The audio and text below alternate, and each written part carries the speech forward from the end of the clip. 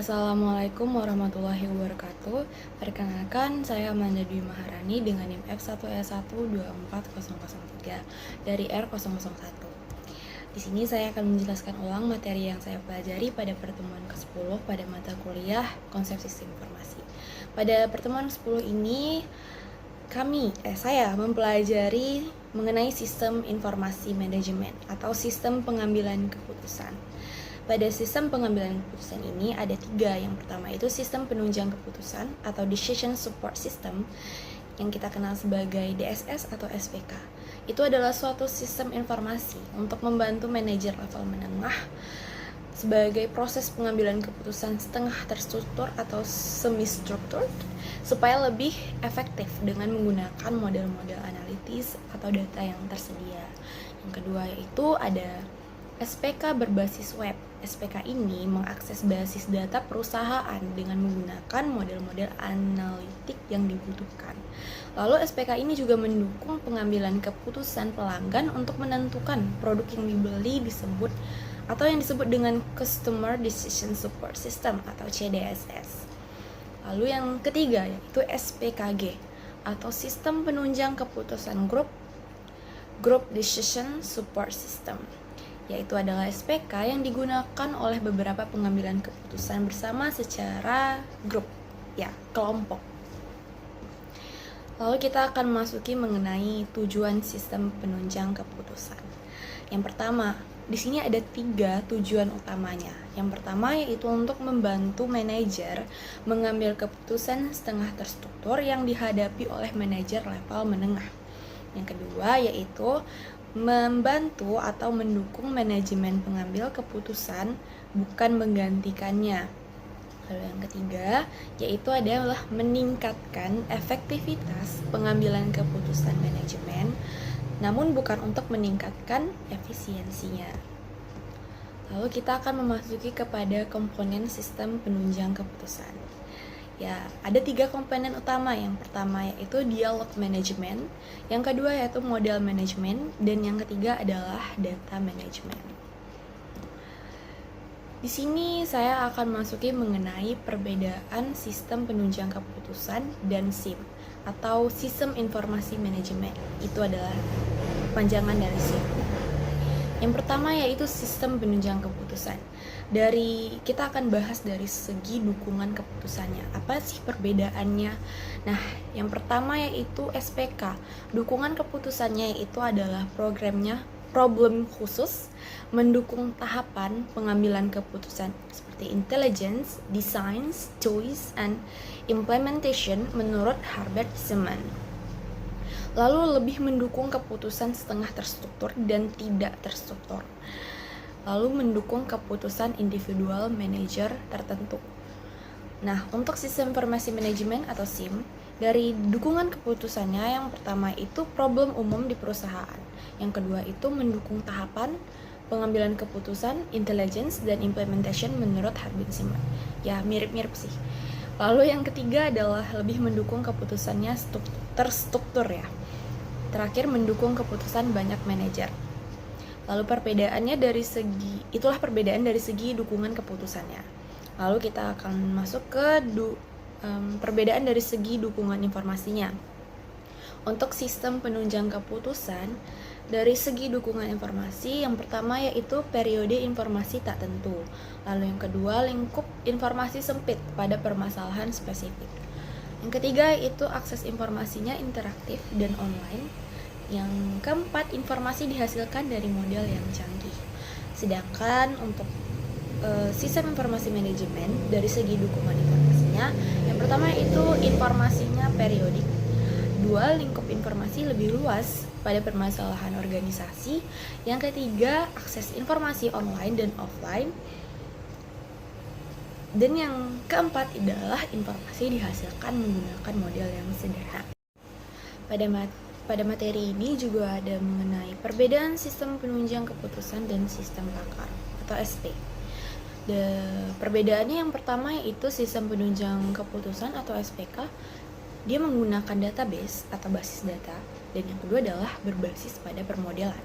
Sedangkan sistem pakar atau SP, dia menggunakan knowledge base dan yang kedua adalah berbasis pada konsultasi. Jadi itu sangat berbeda. Selanjutnya kita akan memasuki kepada tipe dari SPK. Yang pertama yaitu SPK atau Sistem Penunjang Keputusan dibedakan ke dalam dua tipe menurut Dar and Stein pada 1997. Yang pertama yaitu SPK ini berbasis pada model driven DSS. Lalu yang kedua itu SPK ini berbasis pada data driven DSS. Lalu SPK lama pada tahun 1980-an hanya berbasis pada model atau model driven DSS dengan menggunakan data secukupnya. SPK sekarang selain berbasis pada model, sekarang juga mengandalkan basis data yang besar, misalnya mengandalkan data warehouse. Model driven ini itu hanya mengandalkan model, tetapi dengan data secukupnya, tidak berlebihan. Nah, sedangkan data driven lebih mengandalkan data yang besar. Jadi, data yang dibutuhkan itu lebih banyak. Dan data driven ini akan mengizinkan pemakai sistem untuk mengambil informasi dari data yang jumlahnya sangat besar, atau kita sebut online analytical processing (OLAP), dan data mining dapat digunakan untuk menganalisis data yang besar ini. Apa sih OLAP itu? OLAP ini adalah sistem informasi fungsional yang sudah ada dan mempunyai basis data yang lengkap, ditambah dengan kemampuan pengambilan data dan menganalisisnya secara online. Online Analytical Processing ini biasanya menggunakan DBMS atau Database Management System dan bahasa query, sehingga memudahkan manajer semua tingkat untuk menggunakannya.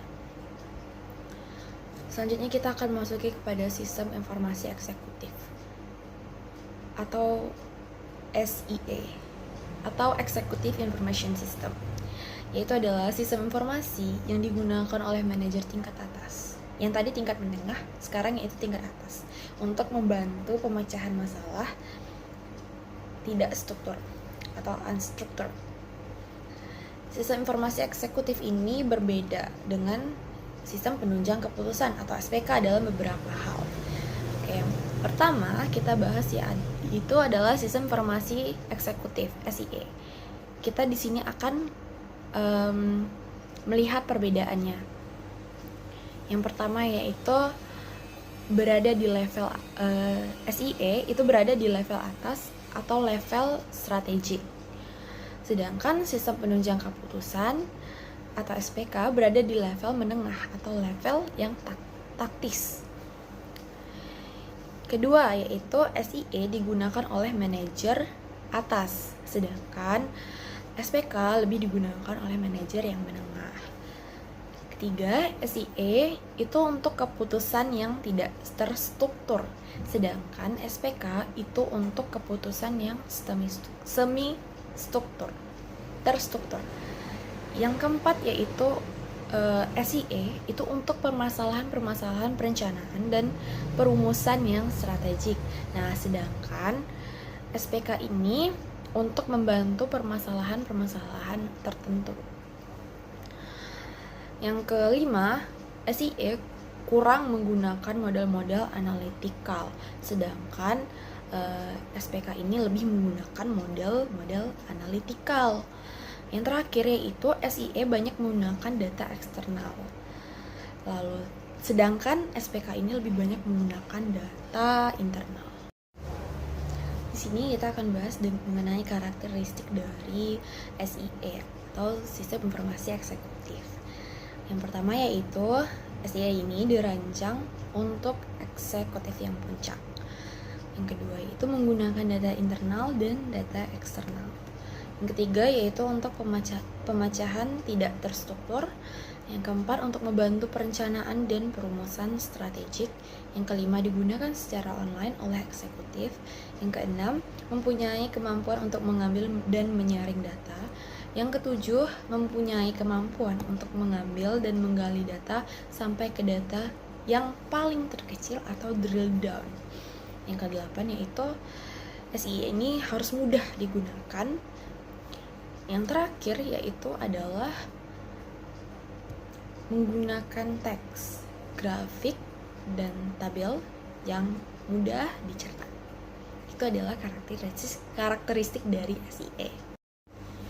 Terakhir di sini ada mengenai isu terbaru adalah untuk menggabungkan sistem informasi eksekutif ini dengan konsep balance scorecard. Menurut Kaplan dan Norton pada tahun 1996, konsep balance scorecard ini menggunakan 4 perspektif yang imbang untuk mengukur keberhasilan perusahaan, yaitu perspektif proses internal, bisnis internal, atau internal business process perspective, dengan perspektif eksternal atau customer perspective, dan perspektif keuangan atau financial perspective, dengan perspektif pertumbuhan dan pembelajaran atau learning and growth perspective. Materi yang ingin saya pelajari pada pertemuan selanjutnya yaitu mengenai perancangan strategi sistem informasi pada sistem informasi ya, manajemen ataupun eksekutif, atau bisa jadi mengenai penerapannya secara langsung gitu. Baiklah, sekian dari saya tutup dengan wassalamualaikum warahmatullahi wabarakatuh.